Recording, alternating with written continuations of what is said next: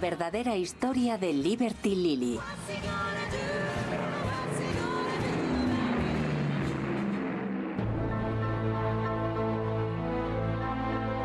Me llamo John Derek.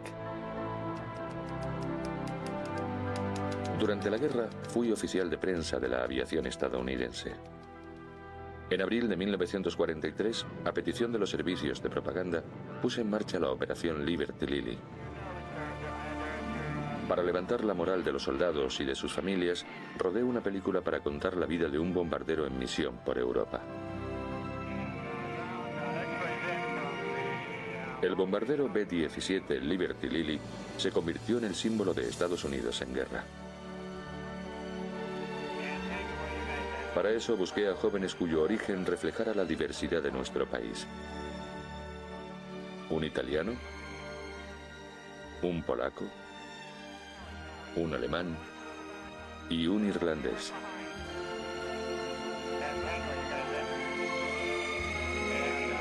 Voy a contarles la historia de aquel avión y de aquellos jóvenes aviadores que han sabido llevar hasta lo más alto los valores de nuestro país.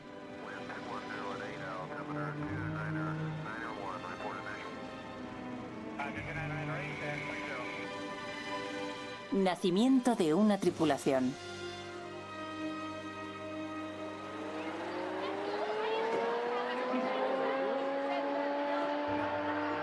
En abril de 1945, la misión llegaba a su fin. Por fin.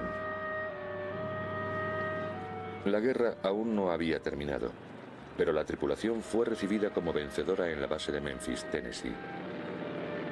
Era un poco mi victoria.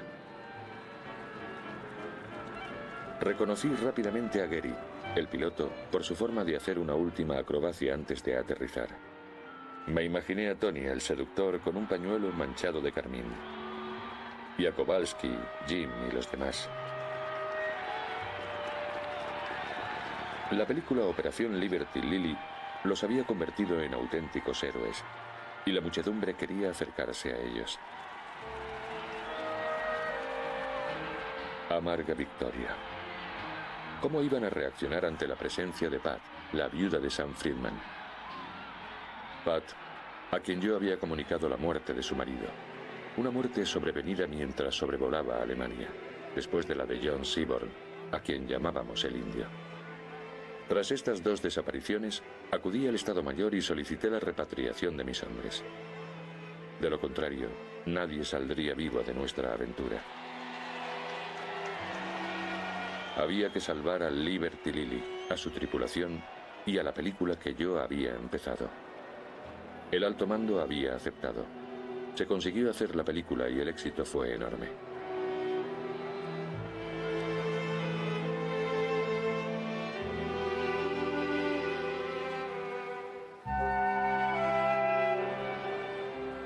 Hoy escribo historias para los grandes estudios.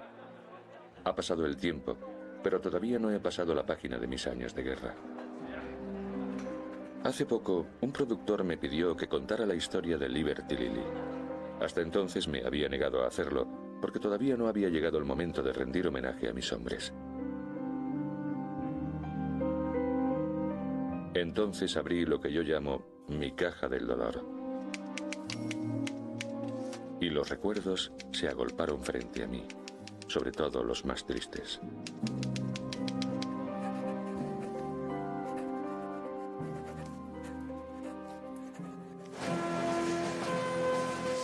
Desde Pearl Harbor, en 1941, el país luchaba en todos los frentes de Europa y Asia.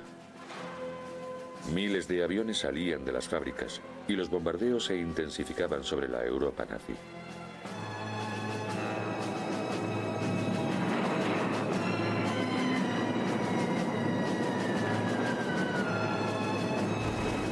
Pero las pérdidas eran cada vez más numerosas.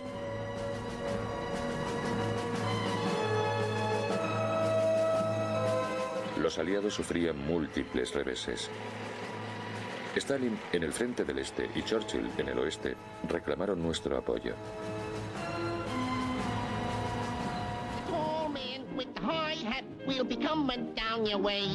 Las cámaras de noticieros empezaron a multiplicarse. Hollywood y sus estrellas también hacían gala de su patriotismo al incitar a los estadounidenses a suscribir bonos para financiar nuestra guerra. Pese a todo, el Estado Mayor se inquietaba.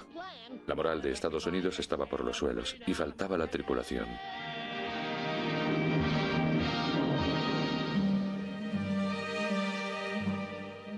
El 7 de enero de 1943, en Washington, los generales se reúnen con carácter urgente. ¿Cómo volver a insuflar valor a los estadounidenses que no veían el fin de este conflicto? Se llamó incluso al presidente Roosevelt. Cada uno tenía una idea distinta.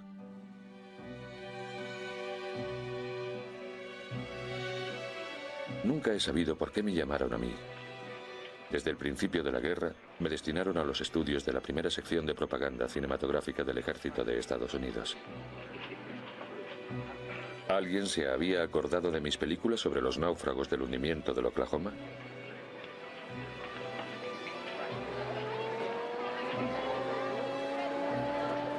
Yo provenía de una antigua familia checa que se había establecido en Pensilvania el pasado siglo.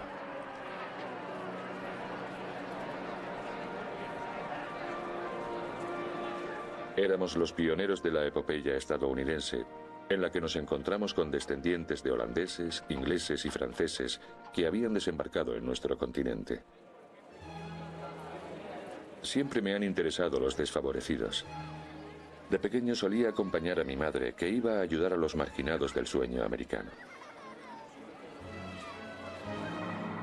Durante la Gran Depresión, entré en un servicio federal, el Departamento de Seguridad Agrícola. Adoraba el cine y hacía películas destinadas a informar sobre una plaga que asolaba el país. Nuestra acción no fue en balde. Como consecuencia lógica de mi trabajo, fui destinado en 1940 a los servicios de propaganda.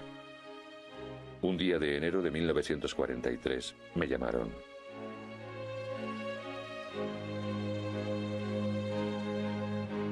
La apuesta era importante y yo me lancé a la aventura. Les expondría mi idea. Somos un país rico por nuestra diversidad y nuestras diferencias. Desde el inicio del conflicto veía cómo nuestros cementerios se iban llenando de lápidas con nombres de todas las nacionalidades: irlandeses, polacos, italianos, holandeses. Todos habían pagado tributo a la nación con su vida. Y de la misma forma que en cada estado se designa por concurso a la representante para competir por Miss Estados Unidos, yo propuse seleccionar a la tripulación de un bombardero compuesto por hombres que representaran la diversidad del país.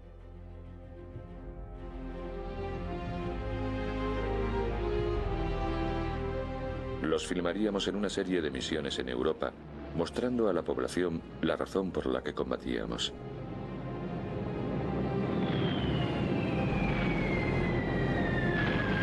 La idea les encantó. Nuestros servicios de propaganda habían realizado toda una serie de películas a mayor gloria de nuestros soldados. Frank Capra rodaba Why We Fly y John Ford hizo una reconstrucción de lo ocurrido en Pearl Harbor. Yo quería hacer una película con hombres de verdad, en la que cada familia reconociera a los suyos y con la que pudieran decir: él también lo puede hacer, saldrá de esta.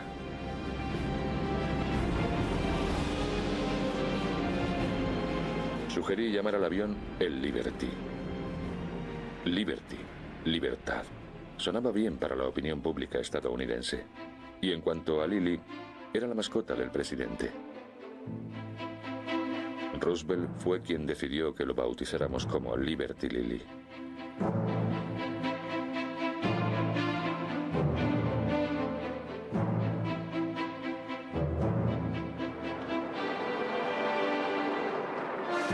Los mecánicos prestaron una atención especial a la seguridad del flamante B-17, al que en aquel momento solo le faltaba una tripulación.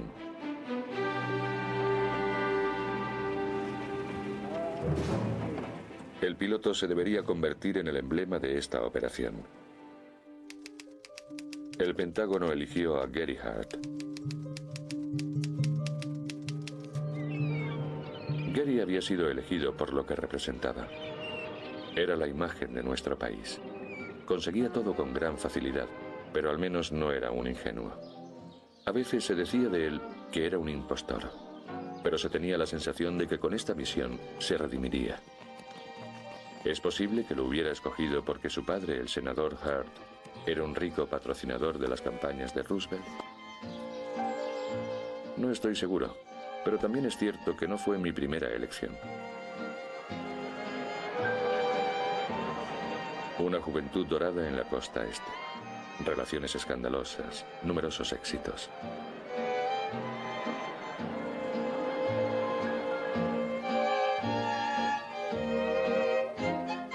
Un apasionado de la velocidad. Eran bien conocidos sus continuos altercados con la policía, pero las relaciones de su padre siempre lograron evitar que fuese procesado.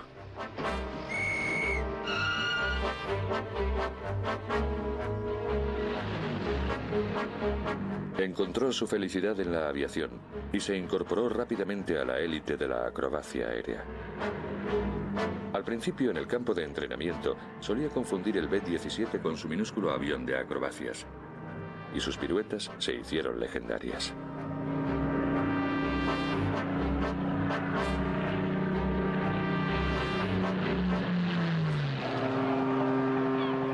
Era un joven muy elegante. Había viajado por Europa en compañía de una rica heredera. En Montecarlo se había jugado su fortuna de la misma forma en que estaba a punto de arriesgar su vida. Por sentido del deber o por auténtico amor al riesgo, a los 23 años se enroló en el Ejército del Aire de Estados Unidos. Sería una gran imagen para un héroe de película.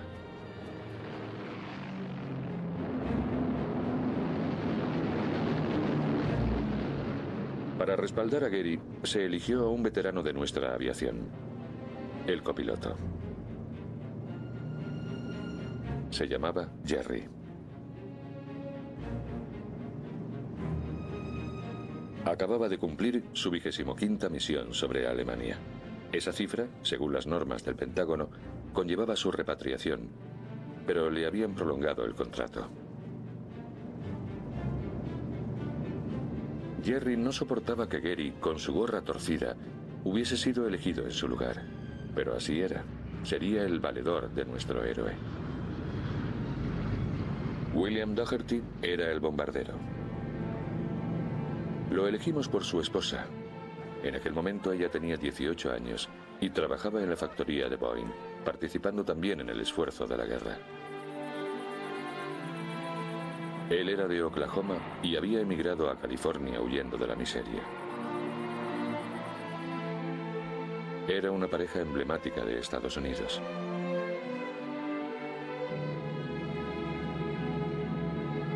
Jan Kowalski era el soldado ametrallador lateral.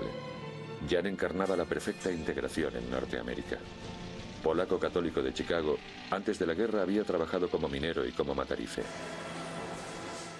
La fuerza de sus brazos, tan poco habitual, lo habían conducido al puesto de soldado ametrallador. Tenía 25 años.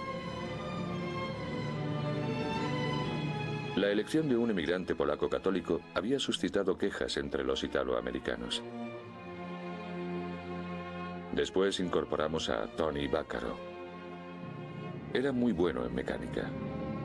Solía reparar los lagares de aceite de su familia y hacía puentes a los motores de los coches robados. Creo que es evidente que no le faltaban cualidades. Era de Nueva York y se propuso con orgullo abatir a Mussolini él solo.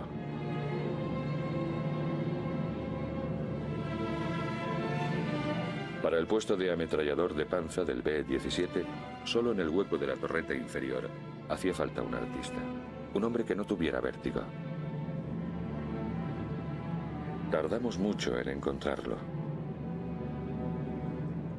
Hay que encontrar a la ardilla Apache, me aconsejaba el Pentágono, que había oído hablar de un antiguo trapecista de circo apodado El Indio.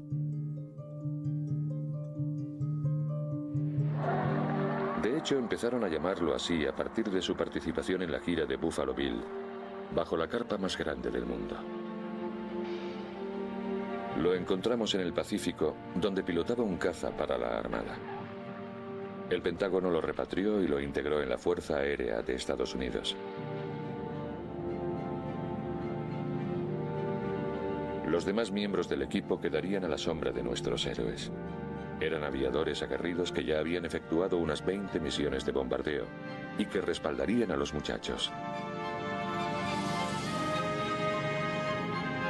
Pero para el último puesto principal, necesitábamos a un judío estadounidense. Sam Friedman. Hoy comparto la vida con su viuda, Pat. A Sam lo mataron en 1944, sobrevolando su Alemania natal. Era dibujante para Disney y nunca se había subido a un avión, pero había dibujado muchos en su trabajo. Además, quería tomarse su revancha particular contra los nazis. Lo convertí en un tripulante más.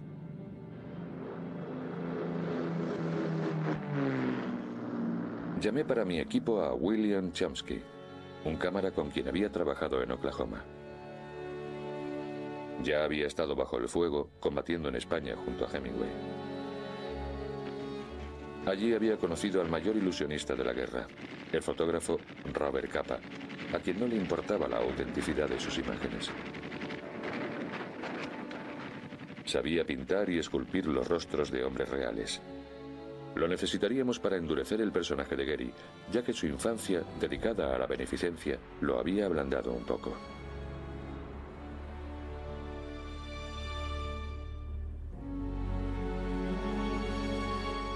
El entrenamiento empezó en la base de San Antonio, en Texas. Yo todavía no conocía a aquellos hombres. Aprendí a apreciarlos.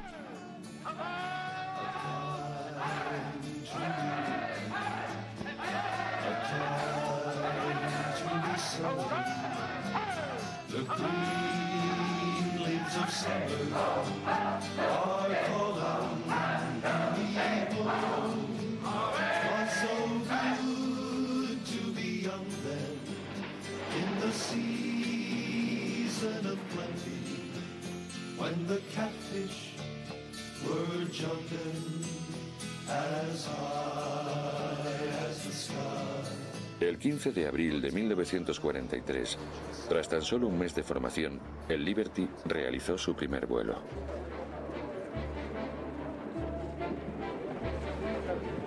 Subirse a un B-17 no es fácil para un hombre vestido con un pesado traje de vuelo y cargado con su equipo.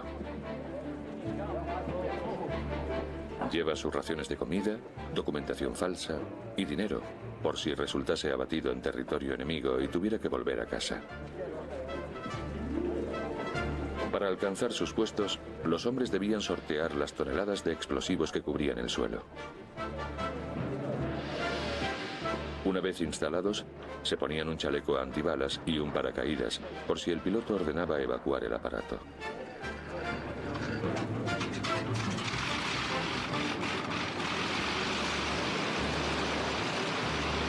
Los vuelos se multiplicaron sobre Florida.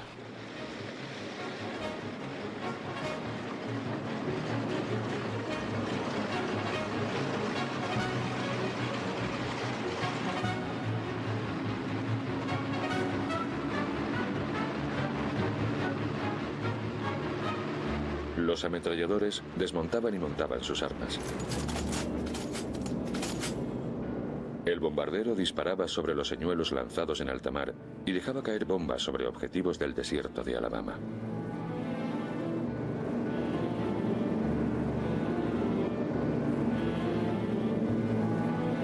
Para el rodaje de la película, William filmaría cámara en mano los rostros de los muchachos, pero se colocarían cámaras fijas en cada rincón para captar los ataques enemigos y la caída de las bombas.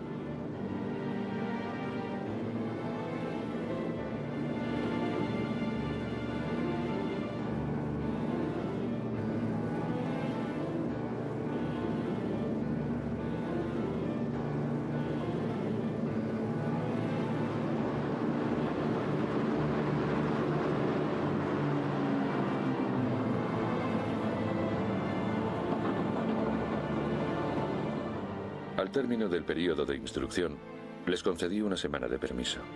La salida hacia Europa era inminente. Familia, mujeres o novias. Presté mucha atención a cuánto les ocurría a todos ellos.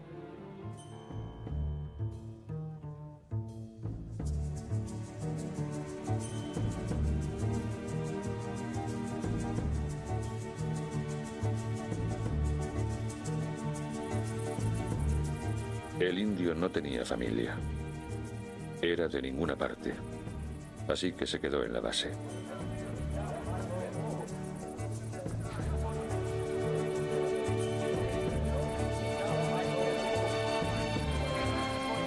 El bombardero Jim Daugherty cogió un tren a la costa oeste. Llegó a la estación de Clint Junction y esperó en vano a que Norma Jean lo fuera a recoger.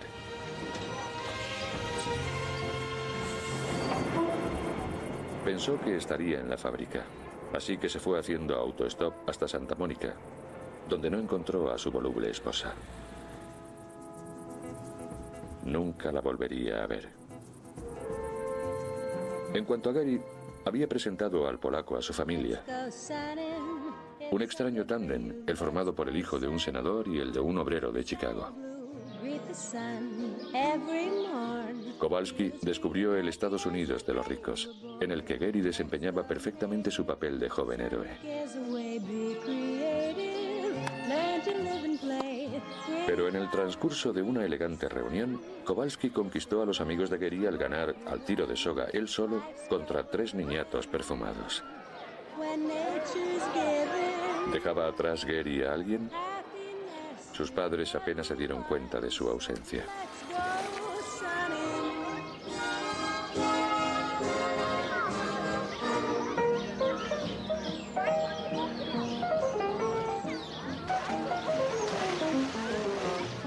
Vaccaro cogió el avión a Nueva York para ver a su familia en el mismo vuelo que Friedman. Al lado de Pat, su joven esposa, Sam Friedman gastó su prima por compromiso en aquellos últimos días de felicidad. Se relajaron paseando por Central Park, y como a ambos les enloquecía el cine, el tiempo pasó muy rápido. Sam sería el último en incorporarse a la base.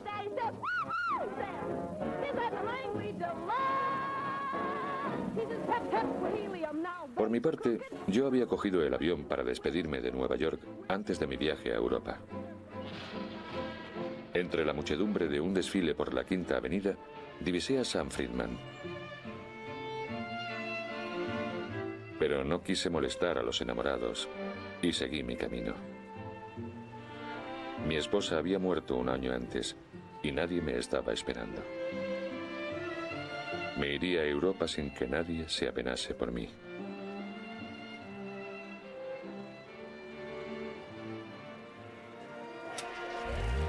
El 20 de abril de 1943 se había convocado a la prensa para asistir al despegue del Liberty Lily hacia Europa. Lily, la perrita que el presidente Roosevelt regaló al equipo, fue la alegría de los fotógrafos.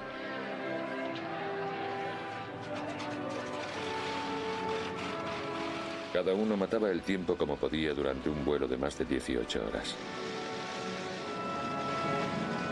Friedman leería el libro de Margaret Mitchell, Lo que el viento se llevó. Vaccaro leía revistas, Junk y Life. Kowalski se sumergía en la Biblia. Antes de la escala en Groenlandia, vivieron la experiencia del vuelo en formación. El riesgo de una posible colisión entre 2 B-17 llenó de aprensión a los tripulantes. El Memphis Belle volaba sobre el flanco izquierdo y el Dock West sobre el derecho. Sobrevolaron varios navíos de guerra que transportaban tropas a Europa. Poco a poco, los hombres se fueron relajando. Había nacido una tripulación. Ahora estaban más cerca los unos de los otros, complementarios y fundidos, a imagen de Estados Unidos.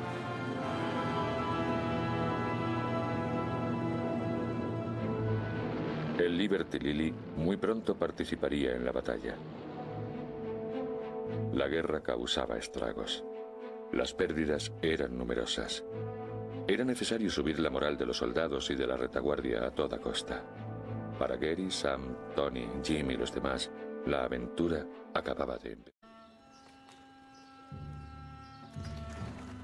Y de la misma forma que en cada estado se designa por concurso a la representante para competir por Miss Estados Unidos, yo propuse seleccionar a la tripulación de un bombardero compuesto por hombres que representaran la diversidad del país.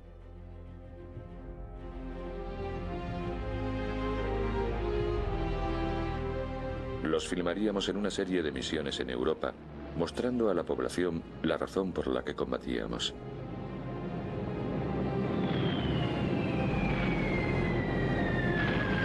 La idea les encantó. Nuestros servicios de propaganda habían realizado toda una serie de películas a mayor gloria de nuestros soldados. Frank Capra rodaba Why We Fly y John Ford hizo una reconstrucción de lo ocurrido en Pearl Harbor. Yo quería hacer una película con hombres de verdad, en la que cada familia reconociera a los suyos y con la que pudieran decir, él también lo puede hacer, saldrá de esta.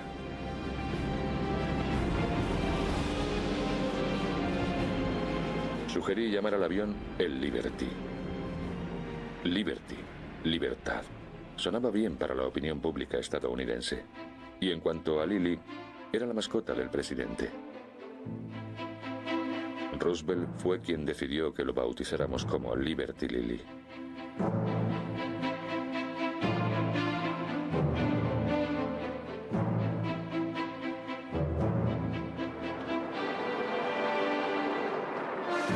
Los mecánicos prestaron una atención especial a la seguridad del flamante B-17, al que en aquel momento solo le faltaba una tripulación.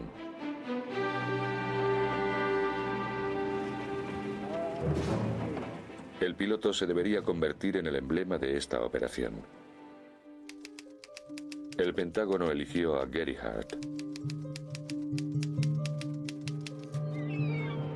Gary había sido elegido por lo que representaba. Era la imagen de nuestro país. Conseguía todo con gran facilidad, pero al menos no era un ingenuo. A veces se decía de él que era un impostor, pero se tenía la sensación de que con esta misión se redimiría. Es posible que lo hubiera escogido porque su padre, el senador Hart, era un rico patrocinador de las campañas de Roosevelt. No estoy seguro, pero también es cierto que no fue mi primera elección. Una juventud dorada en la costa este. Relaciones escandalosas, numerosos éxitos.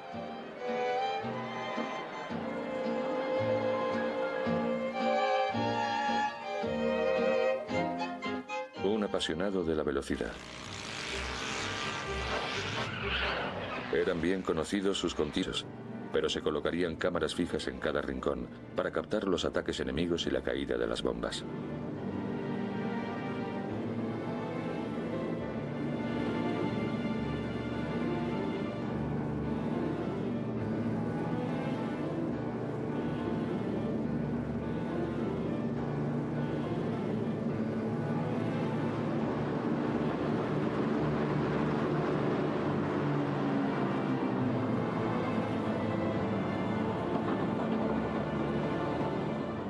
Al término del periodo de instrucción, les concedí una semana de permiso.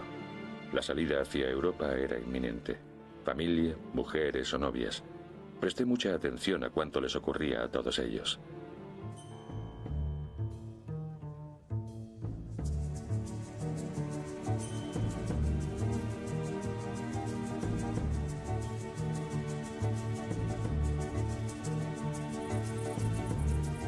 El indio no tenía familia.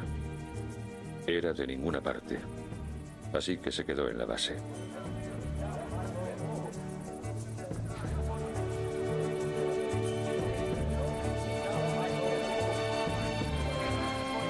El bombardero Jim Daugherty cogió un tren a la costa oeste.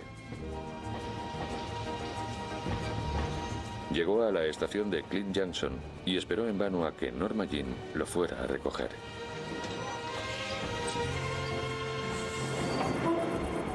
Pensó que estaría en la fábrica, así que se fue haciendo autostop hasta Santa Mónica, donde no encontró a su voluble esposa. Nunca la volvería a ver. En cuanto a Gary, había presentado al polaco a su familia. Un extraño tándem, el formado por el hijo de un senador y el de un obrero de Chicago. Kowalski descubrió el Estados Unidos de los ricos, en el que Gary desempeñaba perfectamente su papel de joven héroe.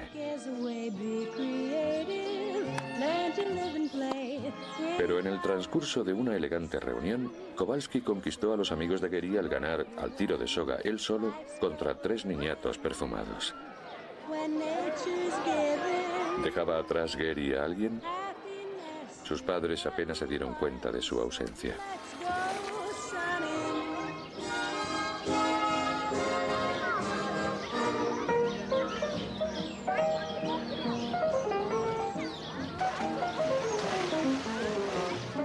Bácaro cogió el avión a Nueva York para ver a su familia en el mismo vuelo que Friedman. Al lado de Pat, su joven esposa, Sam Friedman gastó su prima por compromiso en aquellos últimos días de feliz. Pese a todo, el Estado Mayor se inquietaba. La moral de Estados Unidos estaba por los suelos y faltaba la tripulación.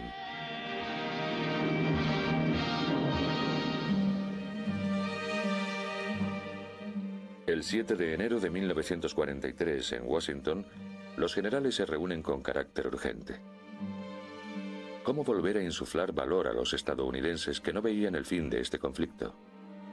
Se llamó incluso al presidente Roosevelt. Cada uno tenía una idea distinta.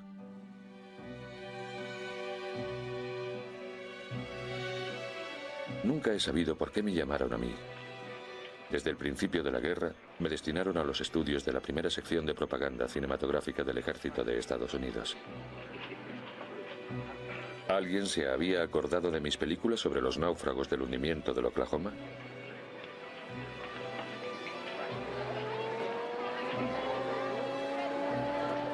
Yo provenía de una antigua familia checa que se había establecido en Pensilvania el pasado siglo.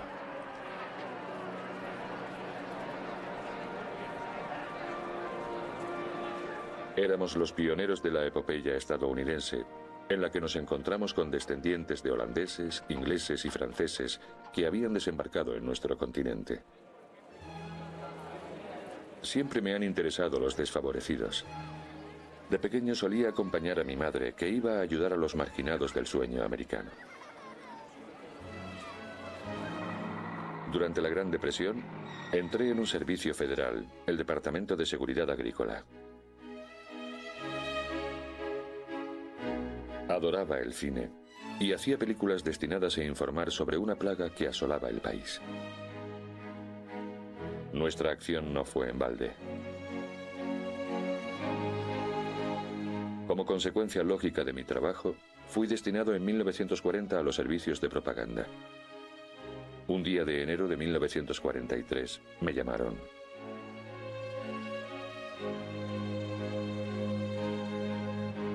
La apuesta era importante y yo me lancé a la aventura. Les expondría mi idea. Somos un país rico por nuestra diversidad y nuestras diferencias. Desde el inicio del conflicto veía cómo nuestros cementerios se iban llenando de lápidas con nombres de todas las nacionalidades: irlandeses, polacos, italianos, holandeses. Todos habían pagado tributo a la nación con su vida.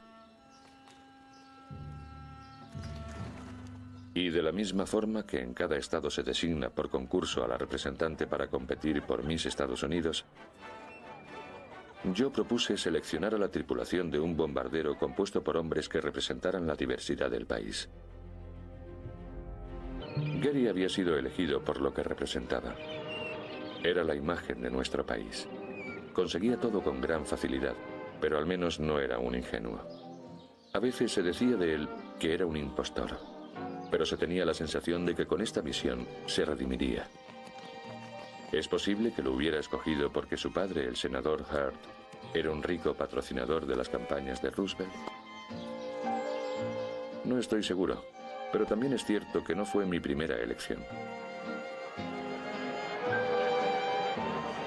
Una juventud dorada en la costa este, relaciones escandalosas, numerosos éxitos.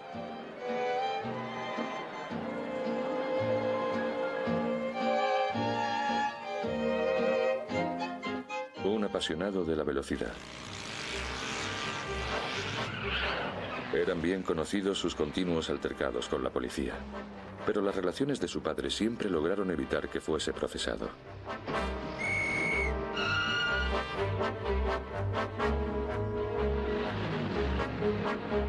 Encontró su felicidad en la aviación y se incorporó rápidamente a la élite de la acrobacia aérea.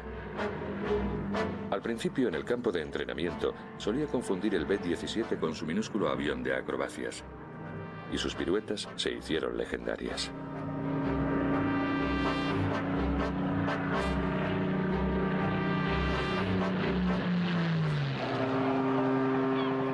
Era un joven muy elegante.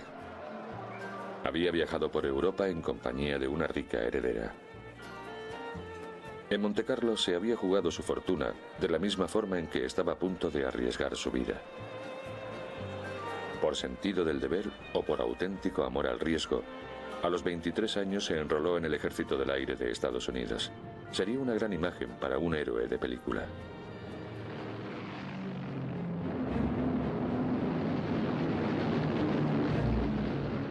Para respaldar a Gary, se eligió a un veterano de nuestra aviación, el copiloto. Se llamaba Jerry. Acababa de cumplir su 25ª misión sobre Alemania. Esa cifra, según las normas del Pentágono, conllevaba su repatriación, pero le habían prolongado el contrato. Jerry no soportaba que Gary, con su gorra torcida, hubiese sido elegido en su lugar. Pero así era. Sería el valedor de nuestro héroe. William Doherty era el bombardero. Lo elegimos por su esposa. En aquel momento ella tenía 18 años y trabajaba en la factoría de Boeing, participando también. Nacimiento de una tripulación.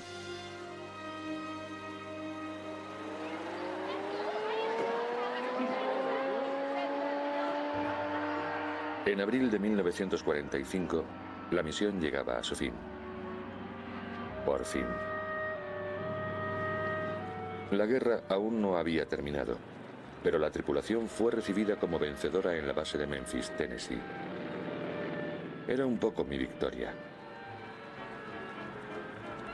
Reconocí rápidamente a Gary, el piloto, por su forma de hacer una última acrobacia antes de aterrizar. Me imaginé a Tony, el seductor, con un pañuelo manchado de carmín. Y a Kowalski, Jim y los demás. La película Operación Liberty Lily los había convertido en auténticos héroes, y la muchedumbre quería acercarse a ellos. Amarga victoria. ¿Cómo iban a reaccionar ante la presencia de Pat, la viuda de Sam Friedman? Pat, a quien yo había comunicado la muerte de su marido. Una muerte sobrevenida mientras sobrevolaba Alemania, después de la de John Seaborn, a quien llamábamos el Indio. Tras estas dos desapariciones, acudí al Estado Mayor y solicité la repatriación de mis hombres. De lo contrario, nadie saldría vivo de nuestra aventura. Había que salvar al Liberty Lily, a su tripulación y a la película que yo había empezado. El alto mando había aceptado. Se consiguió hacer la película y el éxito fue enorme.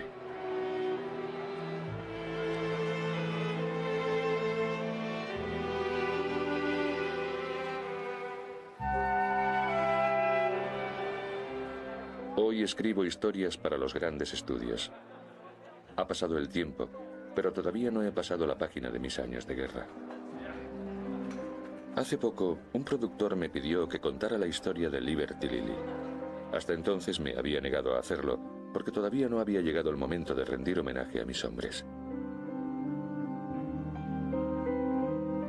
Entonces abrí lo que yo llamo mi caja del dolor. Y los recuerdos se agolparon frente a mí, sobre todo los más tristes.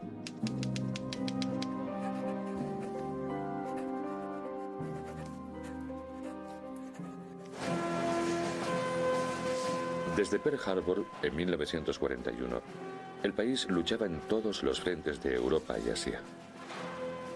Miles de aviones salían de las fábricas y los bombardeos se intensificaban sobre la Europa nazi.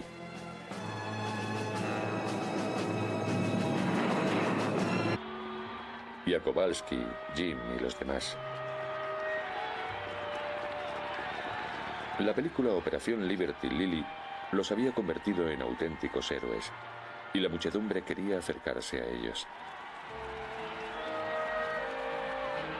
Amarga victoria. ¿Cómo iban a reaccionar ante la presencia de Pat, la viuda de Sam Friedman? Pat, a quien yo había comunicado la muerte de su marido. Una muerte sobrevenida mientras sobrevolaba Alemania, después de la de John Seaborn, a quien llamábamos el Indio. Tras estas dos desapariciones, acudí al Estado Mayor y solicité la repatriación de mis hombres. De lo contrario, nadie saldría vivo de nuestra aventura. Había que salvar al Liberty Lily, a su tripulación y a la película que yo había empezado. El alto mando había aceptado. Se consiguió hacer la película y el éxito fue enorme.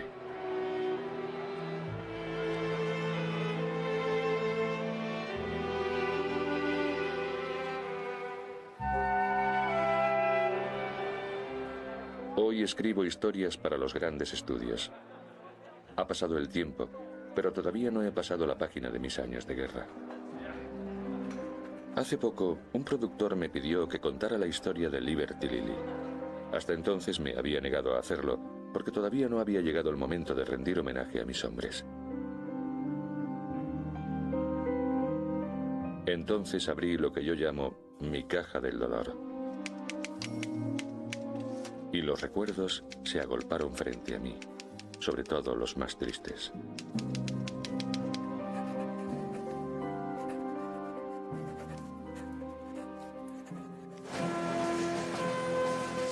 Desde Pearl Harbor, en 1941, el país luchaba en todos los frentes de Europa y Asia. Miles de aviones salían de las fábricas y los bombardeos se intensificaban sobre la Europa nazi.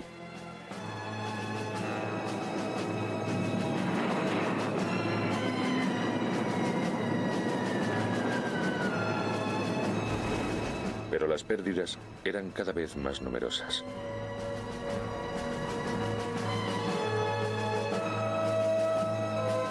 Los aliados sufrían múltiples reveses.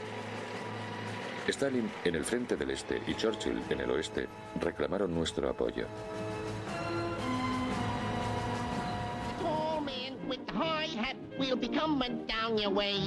Las cámaras de noticieros empezaron a multiplicarse. Hollywood y sus estrellas también hacían gala de su patriotismo al incitar a los estadounidenses a suscribir bonos para financiar nuestra guerra.